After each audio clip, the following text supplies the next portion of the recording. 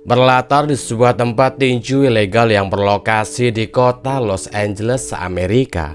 Kita pun diperkenalkan dengan si pemilik tempat tinju ilegal tersebut yang bernama Tanaka, di mana ia sedang menggelar sebuah pertandingan tinju ilegal yang ia jadikan bahan taruhan demi menghasilkan cuan tambahan bagi kelancaran bisnisnya.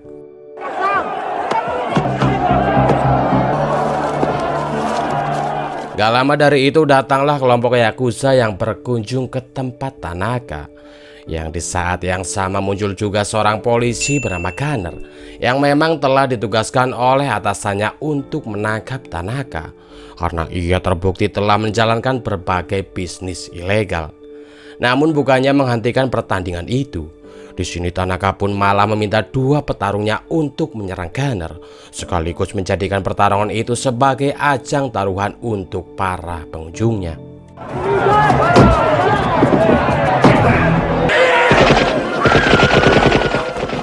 Kelompok Yakuza tersebut tiba-tiba tanpa alasan yang jelas langsung membuat kerusuhan di tempat tersebut, di mana Gunner yang melihatnya pun ia tidak tinggal diam dan langsung berusaha menghentikan kelompok Yakuza itu.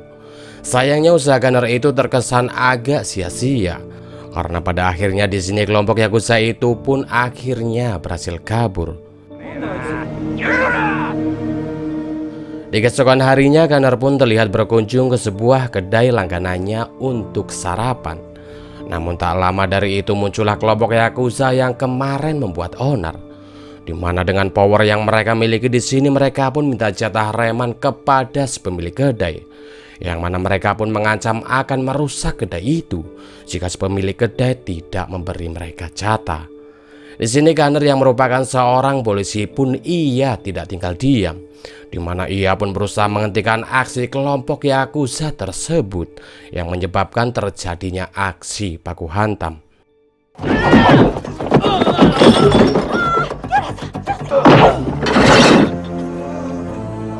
Di tengah kisru yang terjadi, tiba-tiba datanglah seorang polisi bernama John yang malah berusaha menghentikan Gunner menghajar kelompok Yakuza itu. Dikarenakan memang si John ini nggak tahu kalau Gunner juga adalah seorang polisi. Hingga yang terjadi,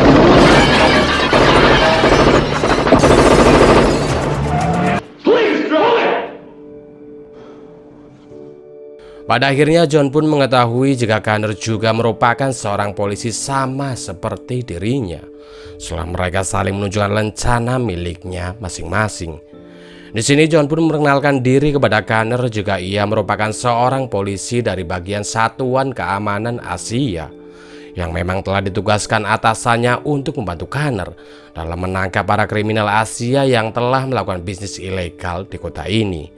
Sehingga di sini mereka berdua pun akhirnya menangkap satu orang Yakuza yang tertinggal dan membawanya ke kantor polisi untuk mencari informasi yang lebih lanjut. Setibanya di kantor, John pun langsung menginterogasi Yakuza tersebut dengan melontarkan beberapa pertanyaan. Namun karena Yakuza itu yang gak mau berbicara, di sini Gunner pun turun tangan untuk menginterogasinya sendiri, karena ia juga memang lebih lancar menggunakan bahasa Jepang, dikarenakan saat kecil si Gunner ini memang dibesarkan di Jepang.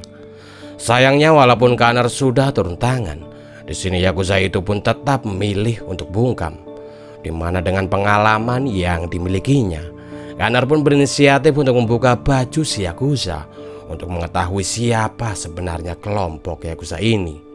Yang mana di sini Gunner pun dibuat sangat terkejut saat ia melihat tato cakar besi yang ada di tubuh si Yakuza.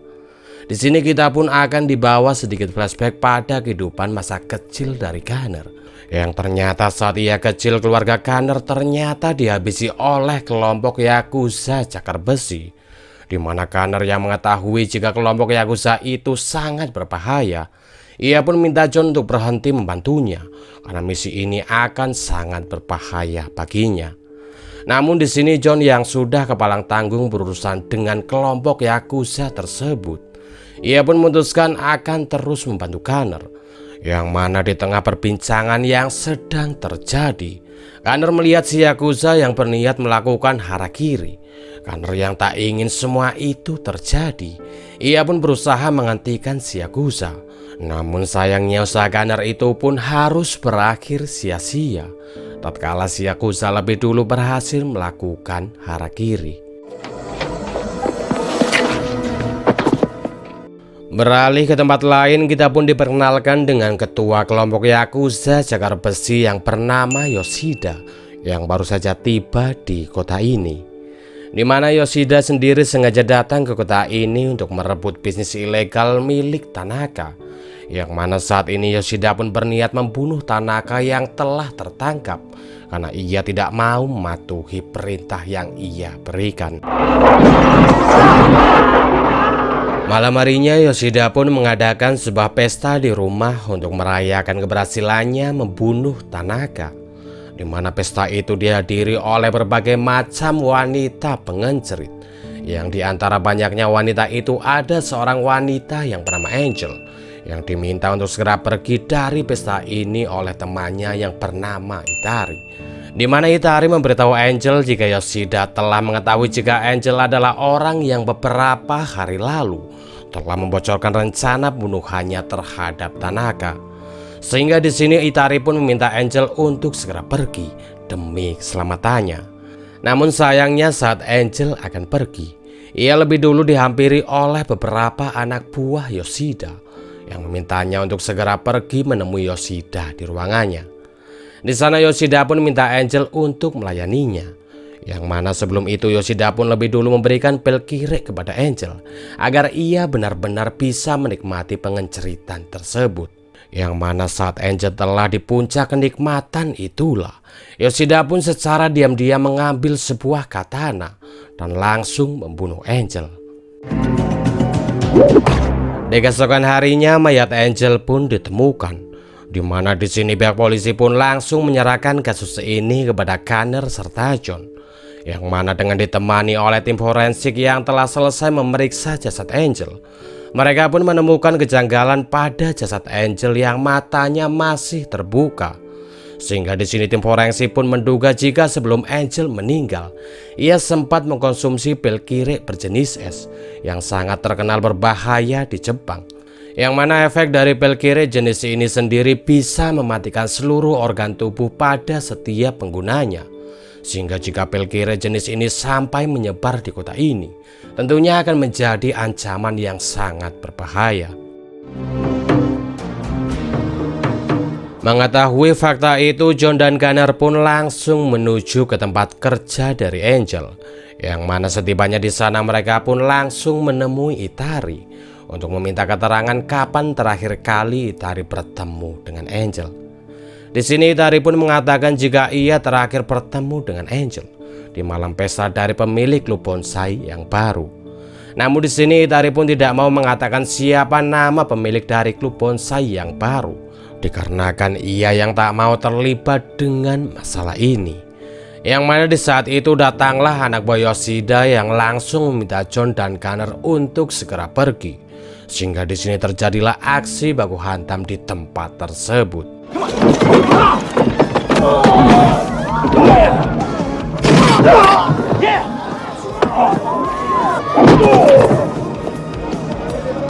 Sayangnya Kanner dan John yang kalah jumlah, mereka pun harus tertangkap dan dibawa ke hadapan Yoshida. Di sana Kanner yang melihat wajah Yoshida pun ia dibuat sangat terkejut tatkala mengetahui fakta jika ternyata Yoshida lah orang yang dulu telah menghabisi kedua orang tuanya saat ia masih hidup di Jepang. Hingga yang terjadi, melihat ketegangan yang terjadi, John pun berusaha menenangkan anak buah Yoshida dengan menunjukkan lencana polisinya. Namun dikarenakan anak buah Yoshida yang tidak mau menurunkan senjata, John pun meminta Kanner untuk tidak menembak Yoshida agar mereka bisa keluar dari tempat ini dengan selamat. Sehingga di sini Kanner pun mengurungkan niatnya untuk membunuh Yoshida. Namun ia juga mengatakan akan segera kembali menemui Yoshida untuk membalaskan dendam atas kematian kedua orang tuanya. Setelah pergi dari klub malam itu, John pun bertanya kepada Connor mengenai apa yang sebenarnya terjadi antara Connor dan Yoshida. Kenapa ia sangat emosi ketika melihat wajah Yoshida. Di sini Connor pun menjelaskan jika dulu ketika ia masih hidup di Jepang, ibu dan ayahnya dibunuh oleh Yoshida di depan kedua matanya. Namun beruntung bagi Connor saat itu ia berhasil melawan, sehingga ia pun berhasil selamat dari kekejaman Yoshida. John yang mendengar penjelasan dari Connor, ia pun meminta Connor untuk tidak bertindak bodoh seperti tadi lagi, yang hampir saja membuat mereka berdua mati konyol. Di sini John juga mengatakan jika ia siap membantu Connor untuk membalaskan dendam atas kematian kedua orang tuanya yang telah dihabisi oleh Yoshida. Di keesokan harinya, Connor dan John pun diam-diam mengikuti Yoshida yang sedang menuju pabrik minumannya yang bernama Red Dragon. Di sana mereka juga melihat banyak dari mafia Amerika yang datang ke tempat tersebut. Sehingga di sini Connor pun menyimpulkan jika tempat itu merupakan tempat pembuatan pil kire berjenis es. Karena para mafia Amerika yang datang ke tempat itu merupakan bandar pil kire terbesar di Amerika.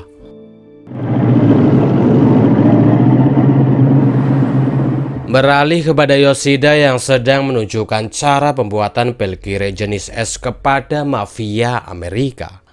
Yang mana di sini Yoshida pun mengajak mafia Amerika bekerjasama untuk mengedarkan pil kire miliknya ke seluruh penjuru Amerika. Namun dikarenakan Yoshida yang mematok harga terlalu tinggi, para mafia ini pun menolak untuk bekerjasama. Sehingga di sini Yoshida pun langsung memotong tangan salah satu mafia agar memaksa mereka untuk mau bekerjasama dengannya. Setelah itu Yoshida pun terlihat pergi menemui Itari dan memberinya sebuah hadiah. Karena faktanya si Yoshida ini ternyata jatuh cinta dengan Itari. Di sini Yoshida pun terlihat menunjukkan video saat ia membunuh Angel, yang mana Yoshida mengancam akan membunuh Itari jika ia tidak mau melayani si Johnny-nya yang sudah kepalang tegak. Di keesokan harinya Yoshida pun meminta anak buahnya untuk menjaga dan mengawasi Itari di rumah, dikarenakan di hari ini ia harus pergi mengurus bisnisnya.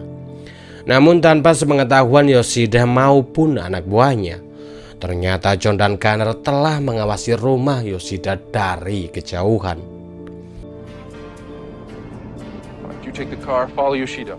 Di momen ini John pun dikejutkan dengan Itari yang akan melakukan harakiri, karena ia merasa jika ia telah kehilangan kehormatan yang selama ini ia jaga. Connor yang juga melihat hal itu, ia pun meminta John untuk segera pergi mengejar Yoshida. Sementara dengan dirinya ia akan berusaha menyelamatkan Itari.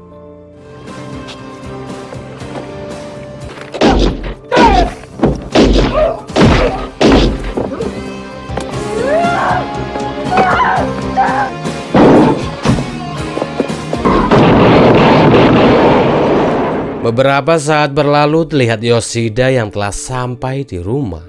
Di sini salah satu anak buah Yoshida yang merasa telah gagal menjalankan tugas yang diberikan oleh Yoshida.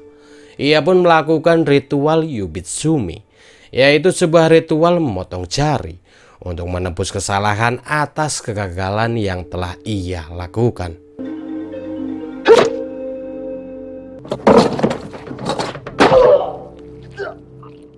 Namun pada akhirnya Yoshida pun tetap membunuh anak buahnya itu karena ia sangat kecewa dengan kesalahan yang telah ia buat. Beralih ke tempat lain terlihat Connor yang mengajarkan Itari sedikit cara basic menggunakan senjata agar Itari bisa melindungi dirinya. Connor pun kemudian segera pergi menemui John, yang mana setibanya di sana John pun langsung memberitahu Connor jika Yoshida sedang berada di sebuah tempat pembandian. Mendengar kabar itu, di sini mereka pun langsung menuju ke TKP dan membantai beberapa anak buah Yoshida.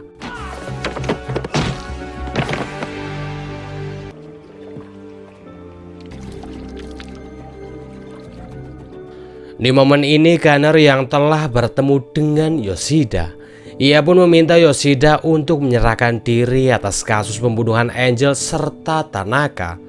Di sana Kanner juga mengatakan jika ia telah memiliki seorang saksi yang tak lain dan tak bukan itu adalah Hitari. Namun Yoshida yang tak mau menyerah begitu saja, ia pun langsung menyerang Kanner yang menyebabkan aksi baku hantam pun kembali terjadi.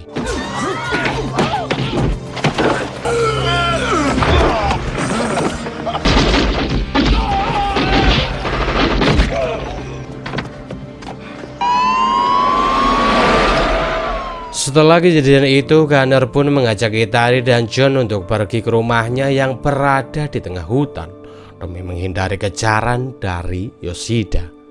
Malam itu Kanner yang sedang berbaring, ia terlihat dihampiri oleh Hitari yang mengatakan jika ia ingin ikut tidur bersama dengan Kanner dengan alasan karena ia tidak berani tidur sendiri. Alhasil momen ini pun menjadikan hubungan antara Kanner dan Hitari semakin dekat, yang diakhiri dengan adegan perkelonan di antara mereka. Namun sayang belum juga sempat menyelesaikan perkelonan dengan Hitari. Tiba-tiba rumah Kanner digerebek oleh anak buah Yoshida. Untungnya Kanner yang menyadari hal itu pun ia langsung menemui John untuk membantunya membantai seluruh anak buah Yoshida.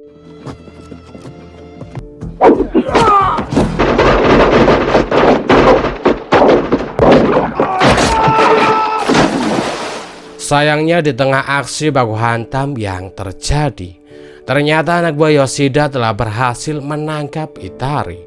Sehingga di sini John dan Kanner pun terpaksa menyerahkan diri agar Yoshida tidak membunuh Hitari.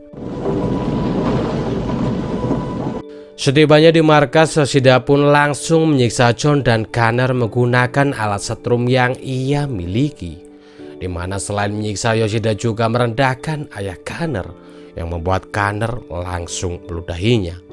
Yoshida yang tidak terima dengan hal itu, ia pun langsung meminta anak buahnya untuk menaikkan watt setrum pada alat yang digunakan untuk menyetrum John dan Kanner.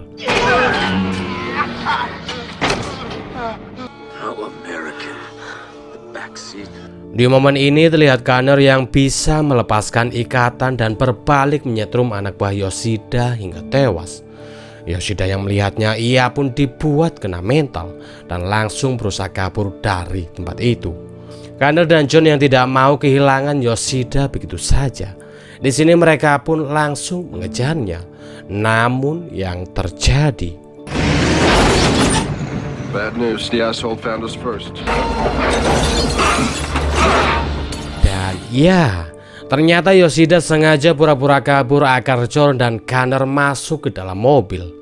Yang mana setelah termakan oleh jebakan itulah, Yoshida pun langsung memerintahkan anak buahnya untuk masukkan John dan Kanner ke dalam mesin penggiling mobil miliknya. Beruntung bagi John dan Kanner, di momen ini mereka pun dengan susah payah akhirnya berhasil keluar dari mobil itu tanpa sepengetahuan Yoshida yang telah menganggap mereka mati bersama hancurnya mobil tersebut. Holy shit.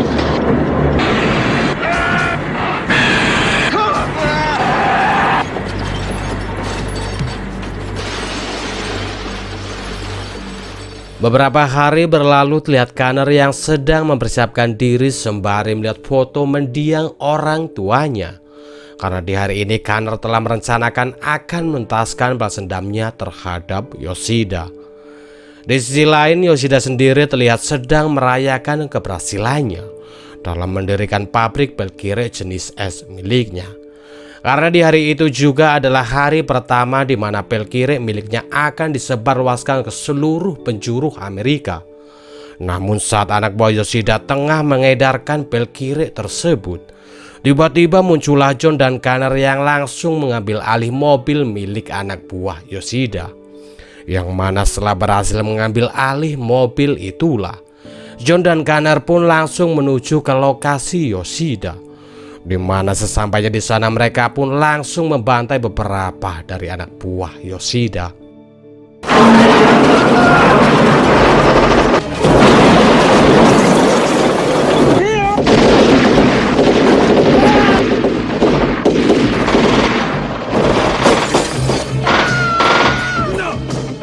Setelah berhasil menghabisi sebagian besar dari anak buah Yoshida, Connor pun langsung mengejar Yoshida yang berusaha kabur dengan membawa Itari. Sementara dengan John sendiri, ia pun harus berhadapan dengan tangan kanan Yoshida yang merupakan seorang ahli bela diri.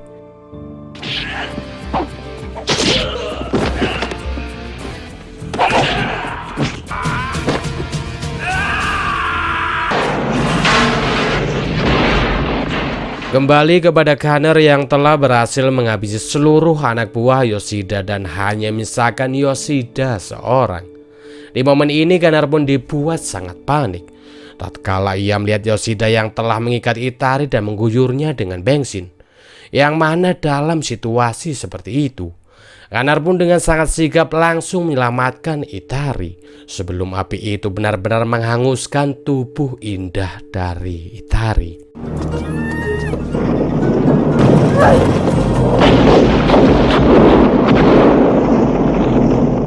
Film ini pun ditutup dengan Connor yang mengajak duel Yoshida 1 lawan 1 menggunakan katana.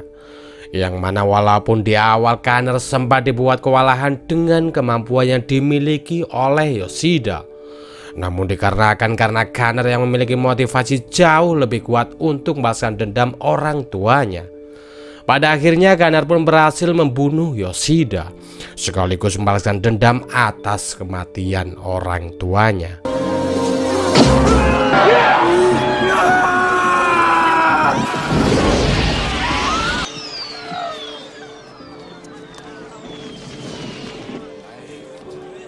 Oke teman-teman, mungkin cukup sekian dulu video pembahasannya kali ini. Semoga kalian bisa terhibur dengan alur cerita film ini yang cukup menarik lah. Ini kan film yang diangkat pada tahun 1991 gitu kan. Mengingat ini sudah tahun 2023 dengan efek film yang seperti itu dan alur cerita yang ya cukup menarik walaupun ketebak gitu kan nggak masalah. Tapi ini oke lah, big applause untuk film ini ya. Dan kedepannya barangkali kalian ada yang mau request, silahkan tulis saja di kolom komentar ya. Kayak kalian mau request film apa bang, film ini bang, film itu bang, film A, film B, film C, ya udah tinggal tulis saja di kolom komentar. Nanti akan saya usahakan untuk membahas filmnya. Oke, mungkin cukup sekian dulu video pembahasannya kali ini. Saya Indra undur pamit. Assalamualaikum warahmatullahi wabarakatuh. Dan sampai jumpa di video selanjutnya guys. Bye bye.